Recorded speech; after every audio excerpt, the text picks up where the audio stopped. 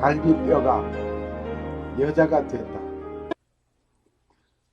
갈비 뼈다귀가 여자가 됐다 하는 제목을 가지고 오늘 완벽한 과학적인 근거가 된 성경을 공부하고자 합니다. 아담의 갈비뼈로 만들어진 하와를 우리는 성경을 통해서 보고 있습니다. 아담은 흙으로 만들어진 사람이었습니다.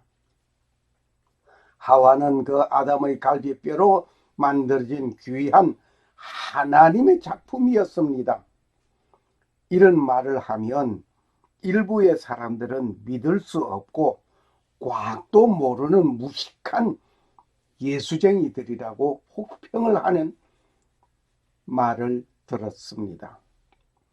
그리고 성경은 비과학적이라고 말을 합니다. 어떻게 갈비뼈가 사람이 되느냐 말이죠. 정말 성경은 이 비과학적이라고 보시는 분들의 말이 옳은가? 우리는 여기서 한번 평가해 봐야 하겠습니다. 오늘 성경은 비과학적이라고 하는 말에 정면 도전하고자 합니다. 성경은 비과학적인가요? 성경은 완벽한 과학적인 근거를 제시하고 가지고 있습니다. 성경이라는 사실이 그 자체가 말해주고 있습니다. 성경은 과학 이전에 완벽한 과학이라는 말을 결론적으로 말을 하면서 오늘의 강의를 시작하고자 합니다. 하나님은 흙으로 남자를 만드셨습니다. 그리고 그 남자의 갈비뼈를 가지고 무엇을 만들었다고요? 여자를 만들었습니다. 흙을 가지고 사람, 남자, 아담을 만드신 하나님, 그 아담의 갈비뼈를 취하여서 여자를 만들었다 말입니다. 그 근거가 되는 말씀을 오늘 읽겠습니다. 근거가 되는 말씀은 창세기 2장 21절에서 23절입니다. 여호와 하나님이 아담을 깊이 잠들게 하시니 잠들 때 그가 그 갈비뼈 하나를 취하고 살로 대신 채우시고, 여호와 하나님이 아담에게서 취하신 그 갈비뼈로 여자를 만드시고 그를 아담에게로 이끌어 오시니, 하나님께서 아담의 갈비뼈 하나를 취하여서 여자를 만들었습니다. 그를 아담에게로 이끌어 왔단 말이에요. 아담이 가로되 이는 내 뼈 중에 뼈요 살 중에 살이라. 이것을 남자에게서 취하였거든 여자라 칭하리라. 창세기 2장 21절 22절 23절 말씀이었습니다. 어떻게 보면 황당한 이야기들을 나열해 놓은 것 같습니다만은 하나님께서 행하신 그 일이었습니다. 이것이 비과학적으로 보여집니까? 들려집니까? 하나님께서 하와를 만들기 위하여 행하신 작업 과정을 오늘 우리는 보겠습니다. 하나님께서 하와를 만들기 전에 어떻게 됐는가, 그 작업 과정을 보면서 오늘 우리는 계속해서 공부를 하고자 합니다. 아담을 깊이 잠들게 했습니다. 아담을 깊이 잠들게 했다. 그리고 아담이 깊이 잠든 사이에 아담의 갈비뼈 하나를 취하여 냈습니다. 아담을 깊이 잠들게 하시던 하나님은 깊이 잠든 그 아담의 갈비뼈 하나를 취하여 냈단 말이에요. 뿐만 아니라 아담의 갈비뼈 하나를 뽑아내시고 대신 그 자리에 살로 채웠습니다. 갈비뼈 하나를 빼내고 살로 채웠어요. 아담의 갈비뼈로 여자를 만들었습니다. 살로 채워놓고 여자를 만들었단 말이에요. 무엇을 가지고? 아담의 갈비뼈를 가지고 여자 만드시고 뽑아낸 그 자리에 살로 채웠습니다. 하나님은 여자를 아담에게로 이끌어 오셨습니다. 하나님께서 이 여자를 아담에게 이끌어 왔더니 아담은 말을 합니다. 뭐라고 말을 하는 거니? 이는 내 뼈 중에 뼈요 살 중에 살이라. 이것을 남자에게서 취하여 쓴적 여자라 부르리라. 네. 뼈 중에 뼈요 살 중에 살이라.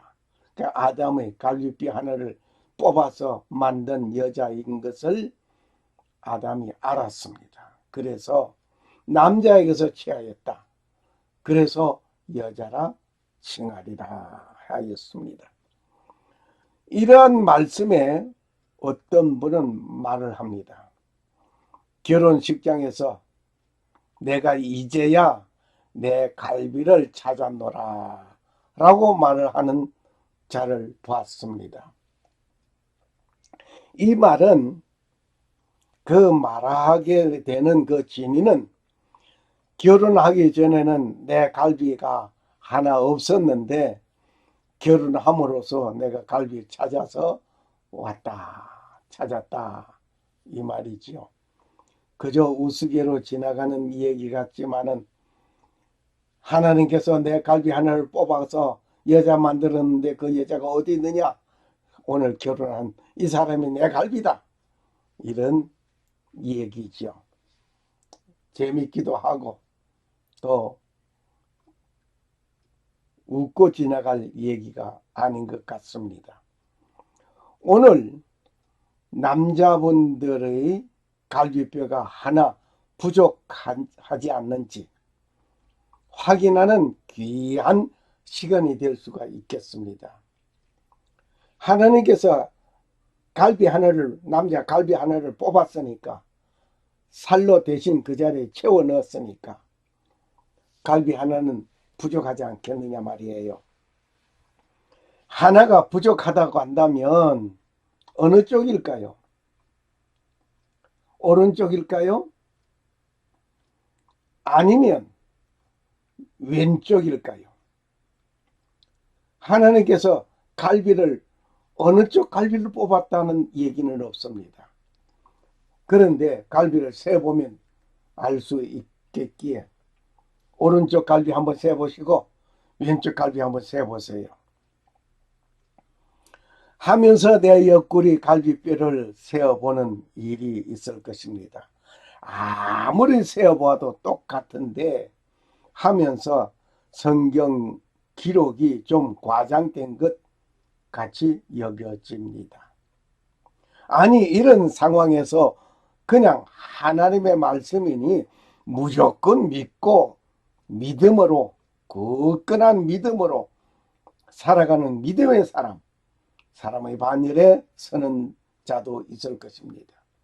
확인은 나중에 할 것 없이 그냥 그 자세한 것은 천국에 가서 하기로 하고 하나님 갈비 오른쪽을 뽑았습니까? 왼쪽을 뽑아서 하와 만들었습니까? 하고 천국 가서 물어본다 할지라도 하나님은 뭐라고 대답하실까요? 오래된 것이라 기억 안 난다고 그러실까요? 아니면 그것은 지금 현재 아무런 소용없는 질문이다라고 하실까요? 아니면 그 질문할 것도 없이 그저 천국 생활에 기뻐하기만 하실까요? 그런데 무조건 믿고 살아간다는 신앙생활, 어떻게 보면 무직하고 못 있어 보입니다. 돌아와서 보면 아무리 세어본다 할지라도 양쪽이 똑같기만 합니다. 혹시 성경 기록이 잘못인가 하면서 의심하는 자도 있을 것입니다. 이러한 일들을 보면서 성경의 기록이 과학적으로 증명되어져야 합니다. 그리고 모든 질문의 대답은 이 성경책 속에 있습니다. 어떤 질문이라도 이 성경책 속에 여러분의 그 질문을 대답하고 있습니다. 하나님의 창조 질서와 법칙 정확하게 모르면 만사가 뒤틀리게 됩니다. 정상적인 생각을 못하게 됩니다. 결국 그분의 판단이 흐려집니다. 간단한 생각에 아담의 갈비뼈 하나를 뽑아 여자를 만들었다면 남자의 갈비뼈는 어느 한쪽에는 부족해야 할 것입니다. 이러한 이야기는 내가 청년 시절에 논란이 된 일이 있었습니다. 논쟁의 결과는 왼쪽인가 오른쪽인가 하면서 열심히 자세히 세어본 일이 있었습니다. 결혼식장에 신부는 신랑의 오른쪽에 서는 것을 보면 남자의 오른쪽 갈비를 뽑았기에 남자의 오른쪽에 선다는 말을 하기도 하였습니다. 하지만 이런 말은 성경에 기록이 없습니다. 성경 기록에 없는 것을 만들어 말하지 말아야 할 것입니다. 우리는 성경에서 무엇이라고 말씀하시는지 그 말씀에 귀를 기울이는 우리가 되어져야 할 것입니다. 성경에서 하지 아니하는 말을 하면서 성경을 오도하는 일들을 하면 하와가 하나님께서 말씀하신 것을 버리고 사탄과 대화하는 일이 된 것입니다. 한번 보겠습니다. 여자가 뱀에게 말하되 동산 나무의 실과를 우리가 먹을 수 있으나 동산 중앙에 있는 나무의 실과는 하나님의 말씀에 너희는 먹지도 말고 만지지도 말라 너희가 죽을까 하느라. 창세기 3장 2절 3절 말씀입니다. 그런데 하나님은 뭐라고 말씀하셨는가를 우리는 여기서 봐야 합니다.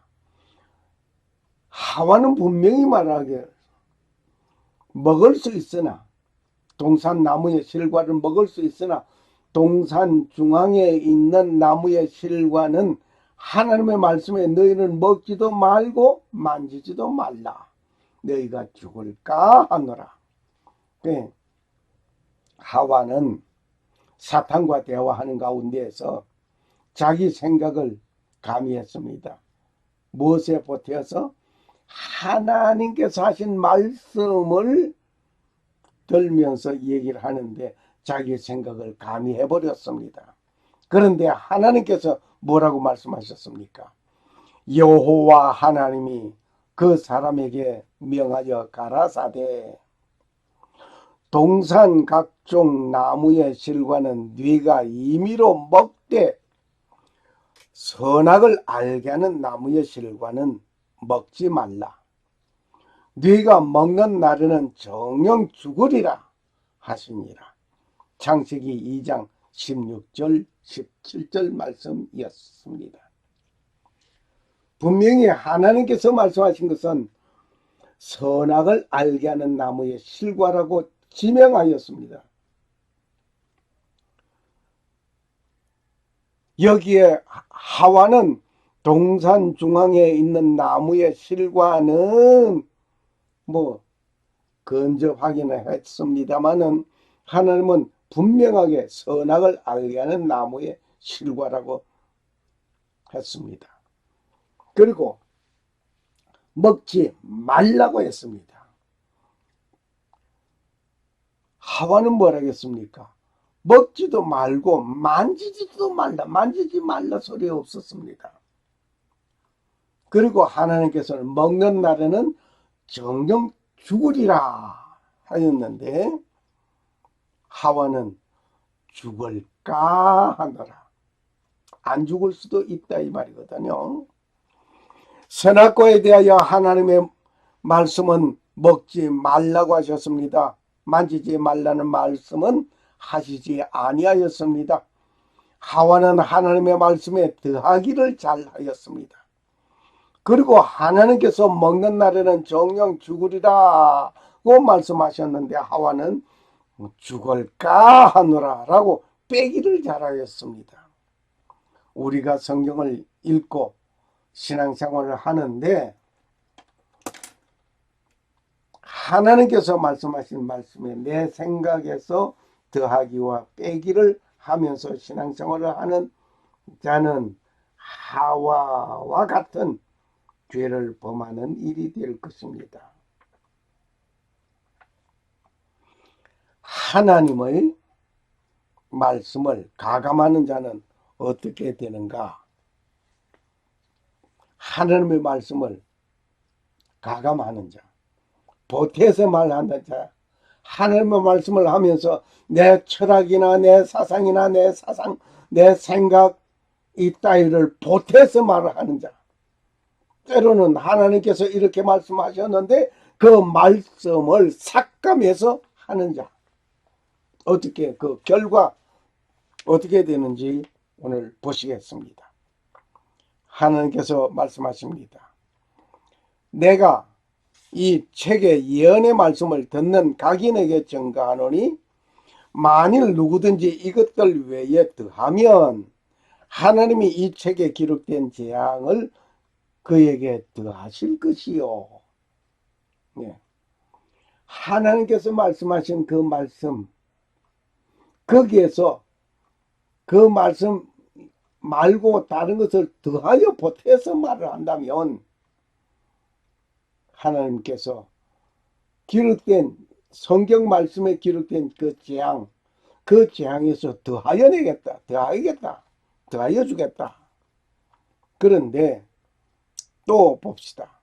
만일 누구든지 이 책의 예언의 말씀에서 제하여 버리면 하나님이 이 책에 기록된 생명나무와 및 거룩한 성의 참여함을 제하여 버리시리라고 했습니다. 요한계시록 22장 18절 19절 말씀입니다. 그러므로 하나님의 말씀을 더한다.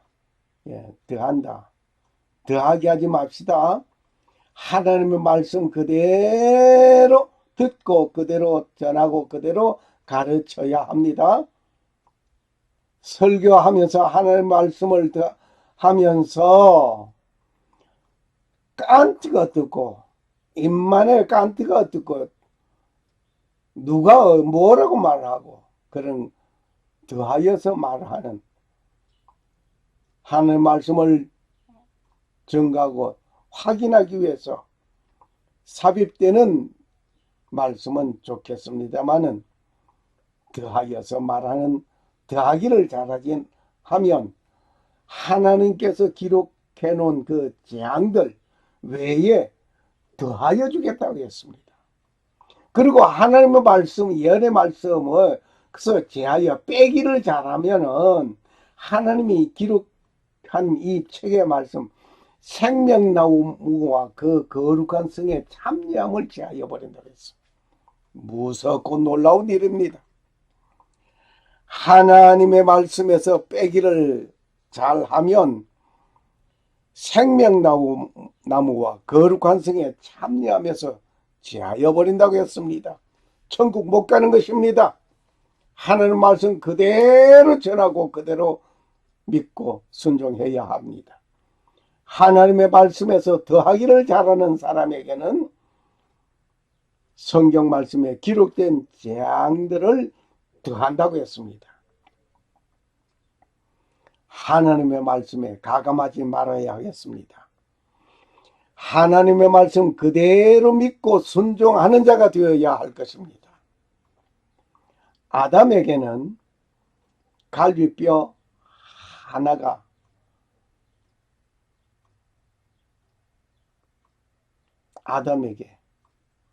갈비뼈 하나가 없어졌습니다. 그렇다고 한다면 모든 남자의 갈비뼈 하나는 한쪽이 하나가 없어져야 할 것입니다. 그런데 모든 남자의 갈비뼈 숫자는 양쪽이 똑같습니다. 12개의 갈비뼈가 있는데 11번째와 12번째 갈비뼈는 좀 짧습니다. 오늘 이것을 증명하고 확인하기 위하여서는 유전의 법칙을 공부하면 도움이 확실하게 됩니다. 유전의 법칙을 공부하시기 바랍니다.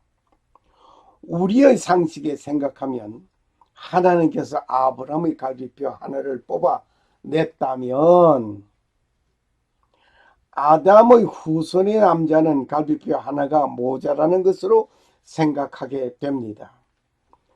그렇게 본다면 모든 지금까지의 인류는 모두가 장애인으로 살고 있을 것입니다. 전쟁으로 인하여 발을 잃어버린 후손은 발이 없고, 직장에서 기계 작동을 잘못하여서 팔을 잃은 자의 후손은 팔이 없고, 어떤 질병으로 눈의 시력을 잃은 실명자들은 눈이 없는 그런 일이 되어져야 할 것입니다.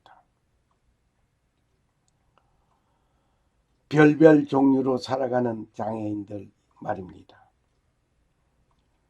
교통사고로 다리 부상이나 어떤 장애인이 되었으면 그 후손도 그러한 장애인이 되어야 하는데 후손에게는 그런 장애가 없다 말입니다. 이것은 유전의 법칙, 유전자를 통하여 전달되는 것입니다. 부모가 손가락이 없거나 다리가 없는 자라고 할지라도 태어나는 자는 유전자를 통하여 전달되는 것이 신체의 부위가 없지만 정상적인 신체를 가지고 태어나는 것입니다. 여기에 어머니 왼쪽 팔이 없습니다. 왼쪽 팔이 없지만 그 두 아기에는 양팔이 다 있습니다. 아무 문제 없습니다. 아담에게 갈비뼈 하나를 잃었지만 그의 자녀에게는 그 신체적인 변함이 없이 정상적인 출생이 진행되는 것입니다. 이 말을 하면 태어난 아기가 부모와는 다른 비정상적인 아기는 어떻게 설명할 것인가 라고 질문하실 분이 있을 것입니다. 그 질문의 설명 대답은 하지 않겠습니다. 다만 유전자가 비정상적인 전달로 인하여 발생한 것입니다. 그 원인은 여러 가지 있겠습니다. 오늘 이 부분의 이야기가 중심이 될 것이 아닙니다. 본론으로 돌아가겠습니다. 비록 다리가 잘리고 손목이 잘리고 실명한 눈을 가진 자라 하지만은 유전자가 바뀌어지는 것은 아닌 것입니다. 하나님의 말씀은 과학에 비추어 볼 때 믿어지게 되는 것이 있기를 위하여 성경과 과학이란 큰 제목을 가지고 시작된 강의는 오늘 126번째 시간입니다. 즉 성경의 말씀이 과학이란 거울에 비추어 보니 확실한 하나님의 말씀이라는 사실로 조명되는 것입니다. 성경은 그림과 같이 보시길 바랍니다. 팔이 없는 엄마이지만은 두 팔이 정상적으로, 여기에 유전의 법칙에는 부모가 팔이 없고 다리가 없다 할지라도 그 후손에게는 아무런 영향 없이 정상적인 아기로 후손으로 태어나는 것입니다. 성경은 과학 이전의 과학입니다. 과학을 통하여 성경에서 말씀하시는 말씀이 확실한 것이라는 사실을 증명해 주는 일들이 많이 있습니다. 아담의 갈비뼈 하나를 가지고 하와를 만들었다는 것은 과학적으로 설명이 충분히 가능한 것입니다. 하나님께서는 머리뼈를 가지고 여자를 만드신 것이 아닙니다. 사람의 머리뼈를 가지고 만들었으면 얼마나 좋까. 두뇌가 명석하고 좋겠죠. 그런데 하나님은 머리뼈를 가지고 만들지 않았습니다. 그렇다고 다리뼈를 가지고 만든 것도 아닙니다. 다리가 얼마나 약해 보이지만 튼튼한지요. 모든 상체 하중을 다 도맡아 가지고 있기도 하죠. 그렇다고 발뼈를 가지고 만든 것도 아니에요. 발은 모든 상체를 전부 다 짓누르는 것 다 감당합니다. 얼마나 못했습니까? 그렇다고 발뼈 하나를 가지고 만든 것도 아닙니다. 이유가 있습니다. 그러면 무엇을 가지고 만들었을까요? 여기에 무엇을 가지고 하나님께서 만들었을까? 손가락 뼈 하나를 가지고도 만들 수가 있고, 발가락 뼈 하나를 가지고 만들 수도 있고, 이빨 하나 가지고도 만들 수 있습니다. 하나님은 전지전능하시기에 다 할 수 있습니다. 그러나 여기에 무엇 가지고 만들었는가? 그것은 두말할 것 없이 남자의 갈비뼈로서 여자를 만들었다 말입니다. 이유가 무엇인지, 왜 하필이면 갈비뼈로서 만들었는가? 갈비뼈로서 만든 이유가 있습니다. 이 사실은 과학적인 면에서 답을 찾을 수 있습니다. 과학적인 면에서 하나님의 갈비뼈를 취하여서 아담을 만들었다는 것을 증명해 주고 있습니다. 사람의 뼈 중에 갈비뼈는 재생 조직 능력이 있는 뼈입니다. 즉 갈비뼈는 떼어서 냈지만 다시 자라게 된단 말입니다. 재생 조직력이 있습니다. 외과 의사는 익히 잘 알고 있는 사실입니다. 성경은 과학적입니다. 과학이 먼저가 아니고 성경이 먼저입니다. 하나님께서 아담을 깊이 잠들게 하셨다는 성경 기록을 읽고 마취 주사약이 발명된 것 우리가 잘 알고 있죠. 하나님은 외과 수술사로서 아담의 갈비뼈를 하나 뽑아냈습니다.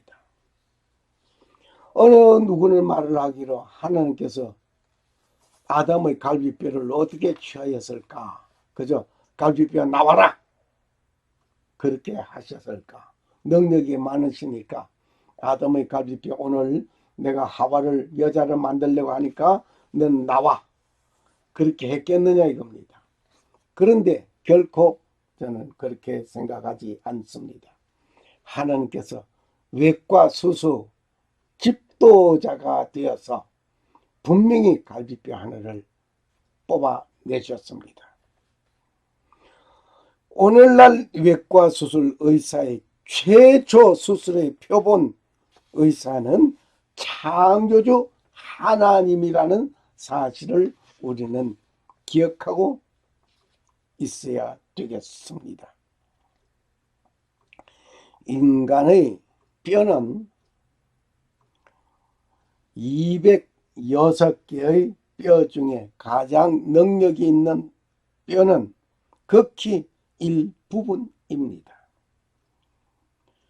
팔다리 뼈대는 빗장뼈, 어깨뼈, 팔의 뼈, 골반의 뼈, 다리의 뼈로 구성되고 있습니다.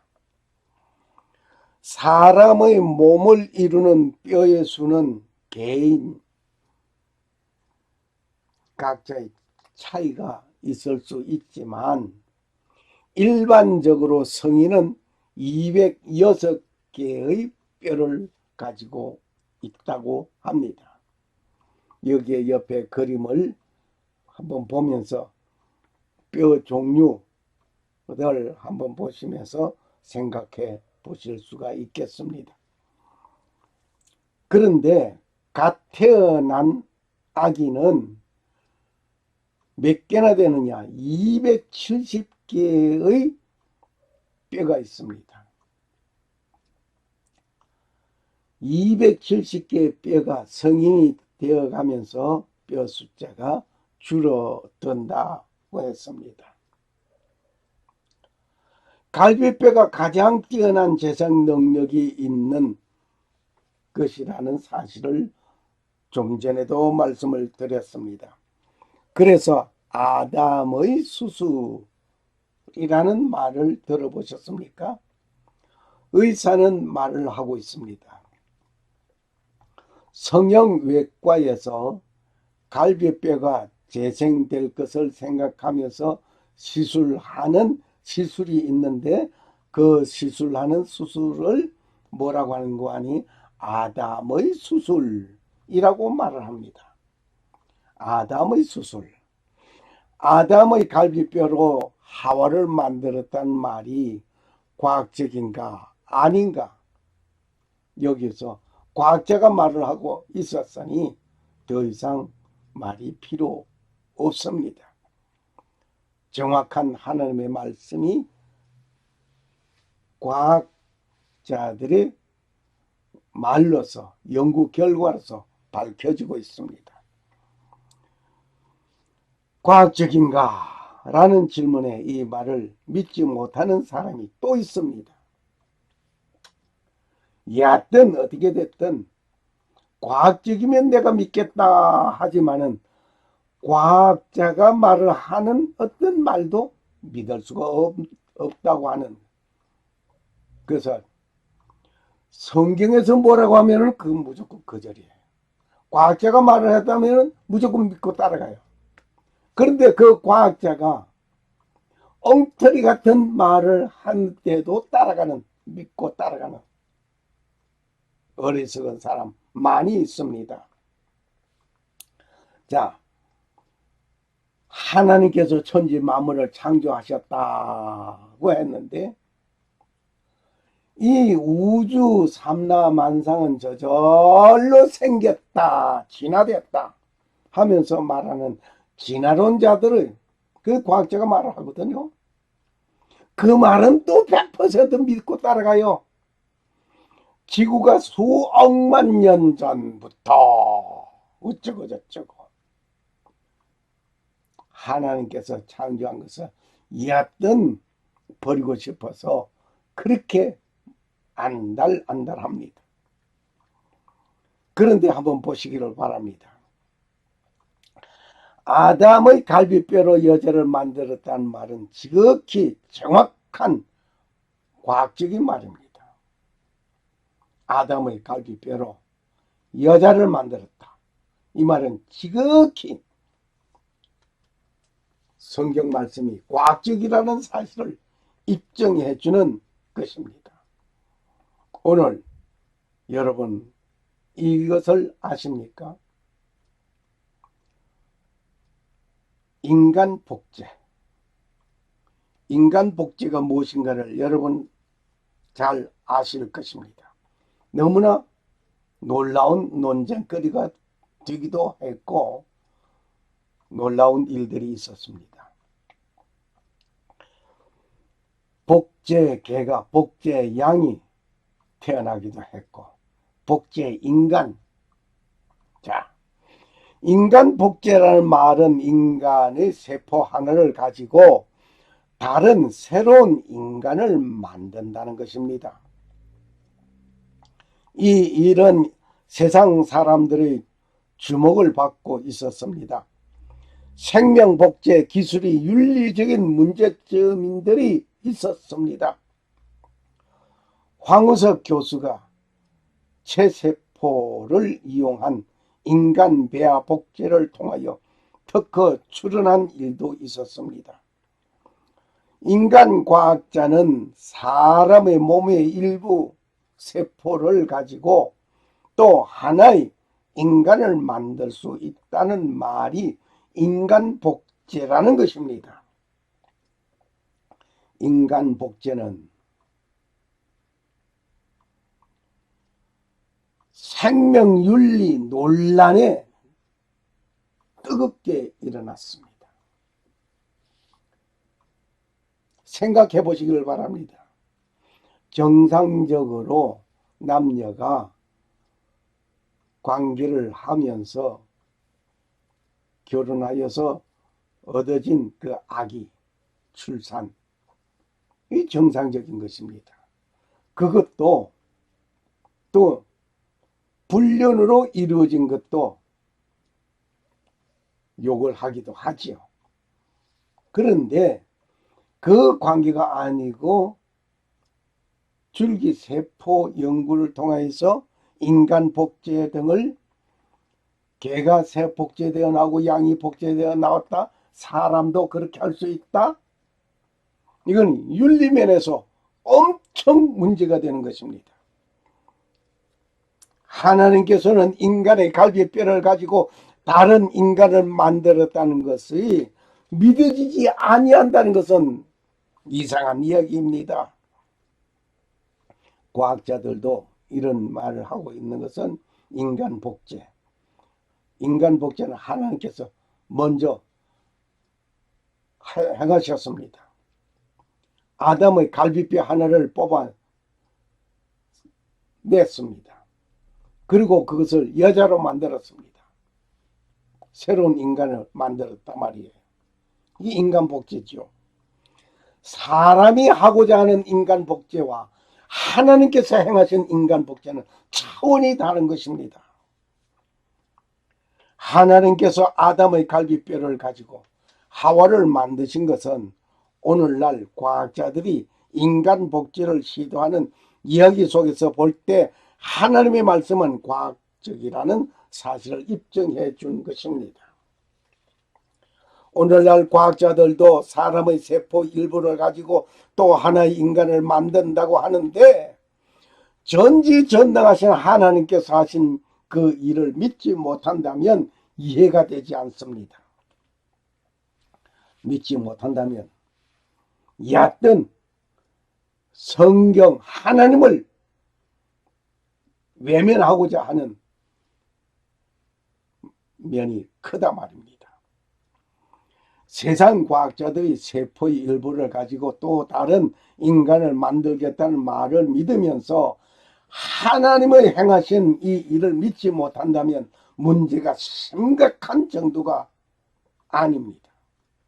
얼마나 심각한지 말로 표현할 수 없습니다. 아마 그분은 잘 보살펴 드려야 할 것 같습니다. 놀라운 사실이 있습니다. 남자의 세포를 가지고 여자를 만들 수 있습니다. 남자의 세포를 가지고 여자를 만들 수 있다 말입니다. 그런데 여자의 세포를 가지고 남자를 만들지 못합니다.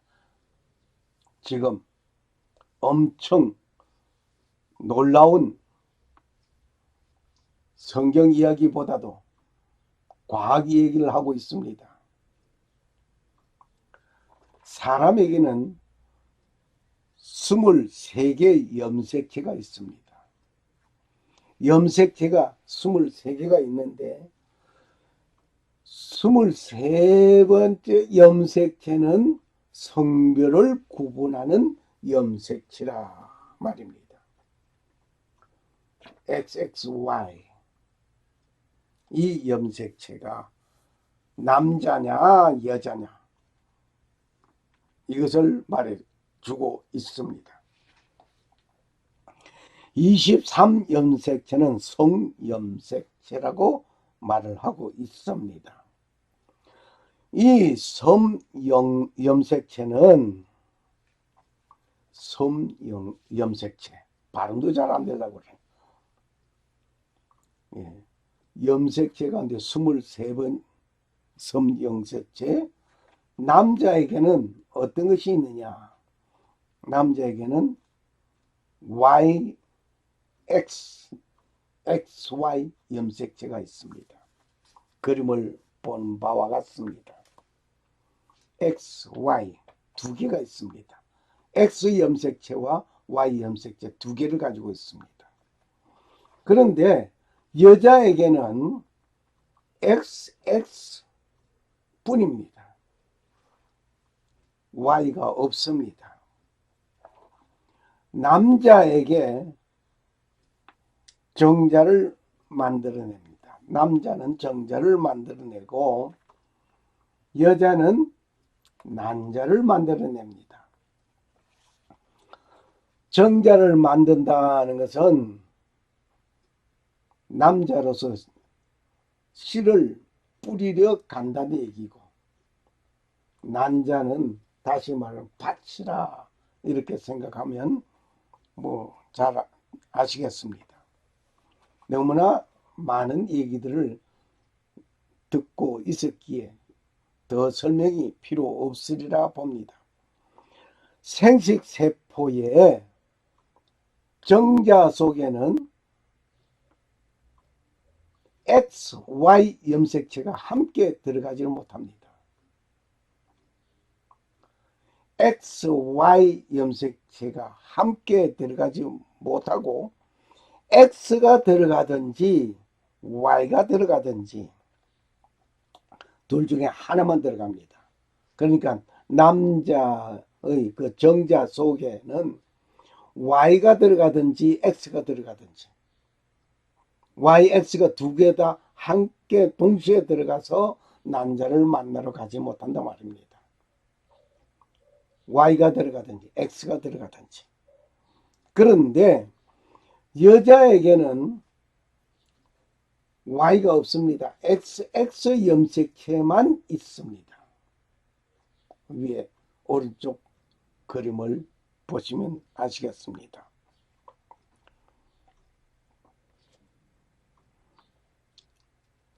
이때 Y 염색체가 정자에 들어가면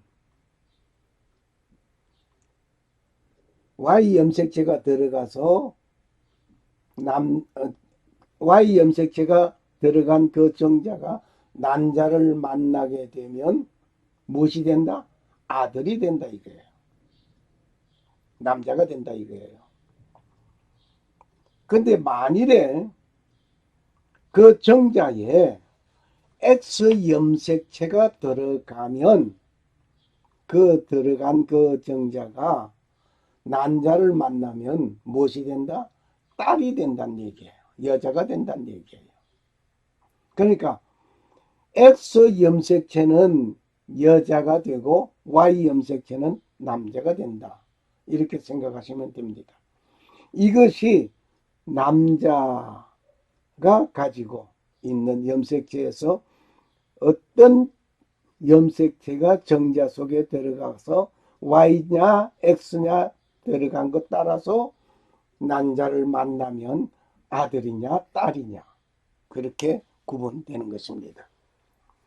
여자는 아들이나 딸을 낳을 권리가 결정권이 없습니다. 어떤 정자가 들어오느냐에 따라서 아들을 낳느냐 딸을 낳느냐입니다. 밭에 콩이라는 씨앗을 뿌리면 콩이 나오게 되어 있습니다. 팥을 심으면 팥이 나오게 되는 것입니다. 무엇을 심느냐에 따라서 이 난자에 어떤 정자가 오느냐, 그 정자가 X 염색체를 가진 정자이냐 Y 염색체를 가진 정자이냐, 어떤 정자가 난자에 들어오느냐, 이 밭에 들어오느냐 따라서 아들이 되느냐 딸이 되느냐입니다. 어떤 염색체 정자가 난자 속에 들어가는가에 따라서 결정되어지는 것입니다. 어떤 염색체의 정자가 난자 속에 들어가는 것인가의 결정은 역시 또 남자가 하는 것이 아닙니다. 내가 이번에 이 정자 속에는 X 염색체를 보내겠다, Y 염색체를 보내겠다, 이건 남자가 결정하는 것도 아닙니다. 그 권력도 그 결정권도 없습니다. 그러니 이것 역시 하나님께서 역사하시는 일입니다. 어떤 염색체의 정자가 난자 속에 들어가지는 것인가, 그 결정권이 남자에게도 있는 것이 아니고, 딸이나 아들을 낳겠다는 것 역시 여자가 결정하는 것도 아닙니다. 만일 아담의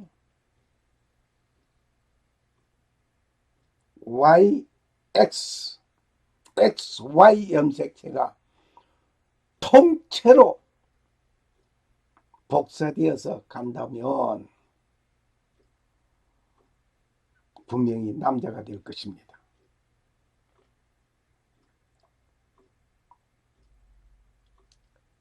볼까요? 아담의 XY 염색체가 함께 만약에 복사되어 가지고 들어간다면, 정자 속에 들어간다면 XY가 되면 뭐가 된다? 남자가 나옵니다. 그런데 아담의 X 염색체만 복사되어서 들어간다면 뭐가 되겠습니까? 아담의 X 염색체, 아까 보는 XY 염색체가 함께 복사되어 갔을 때 아들이 남자가 됐지만 X 염색체만 들어간다면 그는 여자가 되는 것입니다. 아담의 X 염색체만 복사되어 들어간다면 여자가 되고, 그런데 여자는 XX 염색체만 가지고 있기 때문에 여자만 만들어지는 것입니다. 남자가 될 수 없습니다. 남자를 만들어 질 수가 없단 말입니다. 남자는 만들어지지 아니하고 오직 여자만 만들어진 이유가 여자에게는 Y 염색체가 없고 X 염색체만 있기 때문이라 말입니다. 과학적인 원리에서 보면 남자는 여자를 만들 수 있지만 여자는 남자를 만들 수 없습니다. 오늘 이 말씀이 뭘 생각하게 합니까? 성경 말씀을 생각하게 합니다.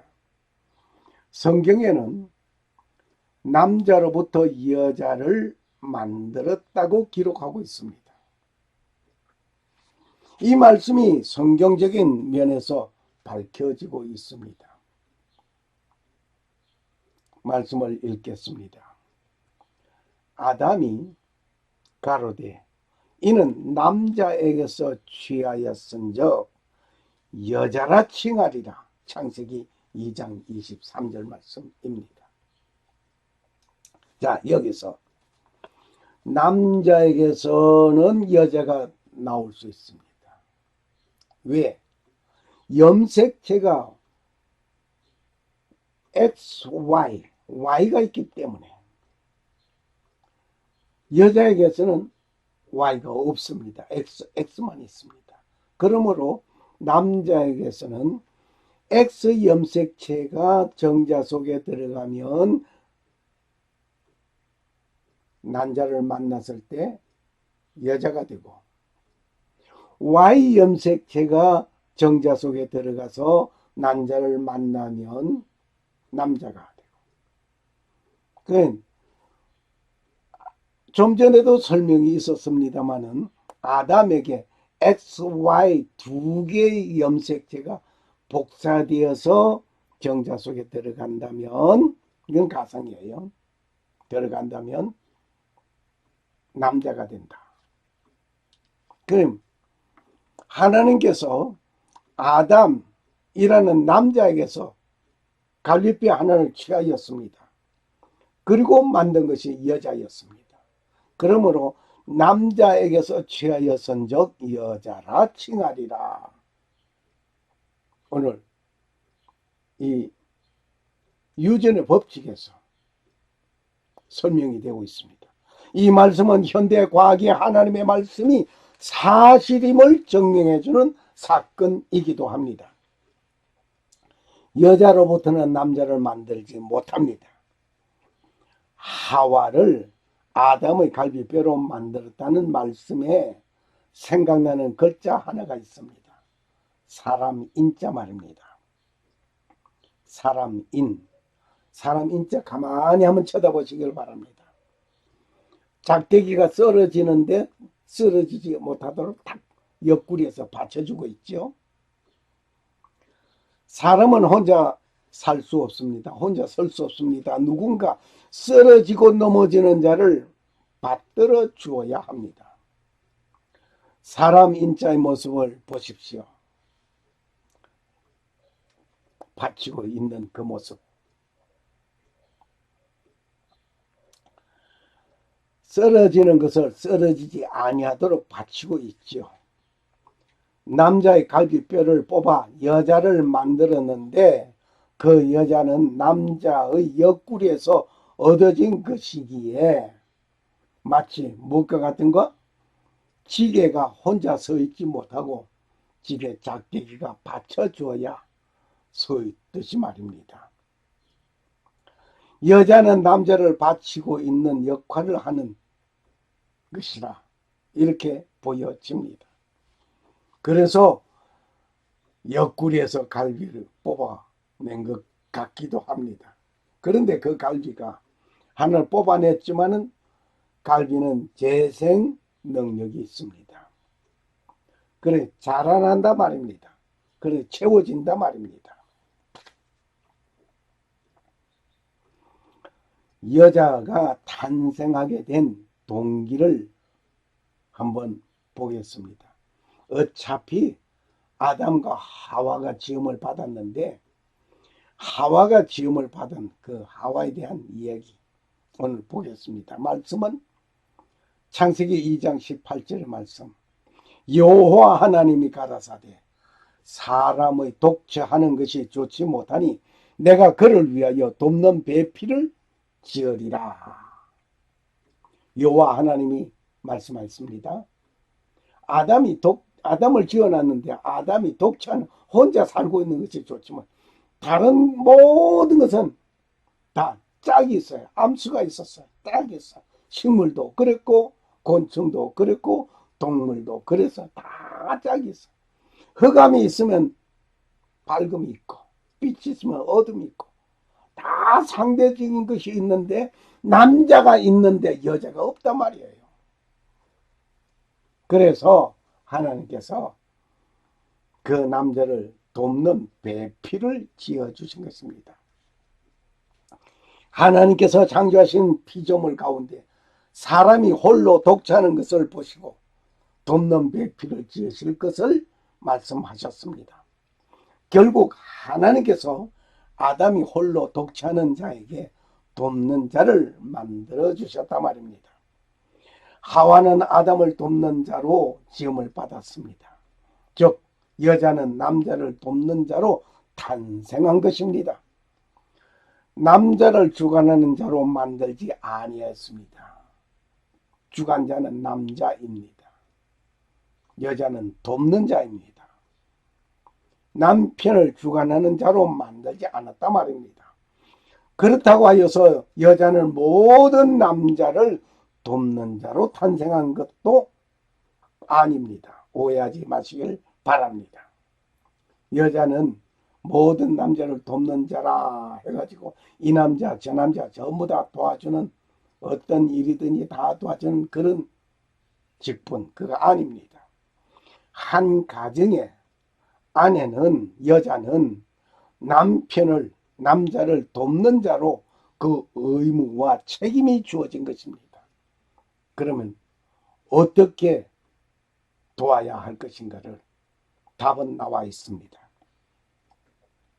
남편이 어떤 일로 인하여 고민하고 힘들어하고 절망하게 되면 낙심하는 남편을 박박 긁어서 괴롭히는 바가지 인생이 될 것이 아니다 말입니다. 그 남편이 쓰러지지 아니하도록 붙들어 줘야 하는 것이 분명한 것입니다. 그 의무가 돕는 배필의 역할을 하는 것입니다. 돕다, 돕는다. 돕다, 돕는다는 말은 거들다, 힘을 보태다, 촉진시키다의 뜻이 있습니다. 돕다. 돕는다는 말을 남이 하는 일이 잘 되도록 거들어 주거나 힘을 보태어 주는 것을 말합니다. 자, 우리 아는 말이지만은 이렇게 나열해 보니까 좀 더 구체적으로 생각한 바가 큽니다. 때로는 위험한 처지에 빠지거나 어려운 상황에서 벗어나게 하는 것을 말합니다. 벗어나게 하는 것. 그리고 어떤 상태를 정진하게 하거나 촉진시켜 나가게 하는 것입니다. 돕다, 돕는다. 돕는다라고 할 때에 약한 자가 강한 자를 돕습니까? 강한 자가 약한 자를 돕습니까? 우둔한 자가 미련한 자를 돕습니까? 아니면 영리한 자를 돕습니까? 우둔한 자가 영리한 자를 돕습니까? 아니면 영리한 자가 우둔한 자를 돕습니까? 지혜 있는 자가 지혜 없는 자를 돕습니까? 지혜 없는 자가 지혜 있는 자를 돕습니까? 가진 자가 못 가진 자를 돕습니까? 못 가진 자가 가진 자를 돕습니까? 힘 있는 자가 힘 없는 자를 돕습니까? 힘 없는 자가 힘 있는 자를 돕습니까? 이러고 보니까 돕는다. 여자를 돕는 배필로 하나님께서 세우셨거든요. 남자를 돕는 자. 남자가 힘이 있습니까?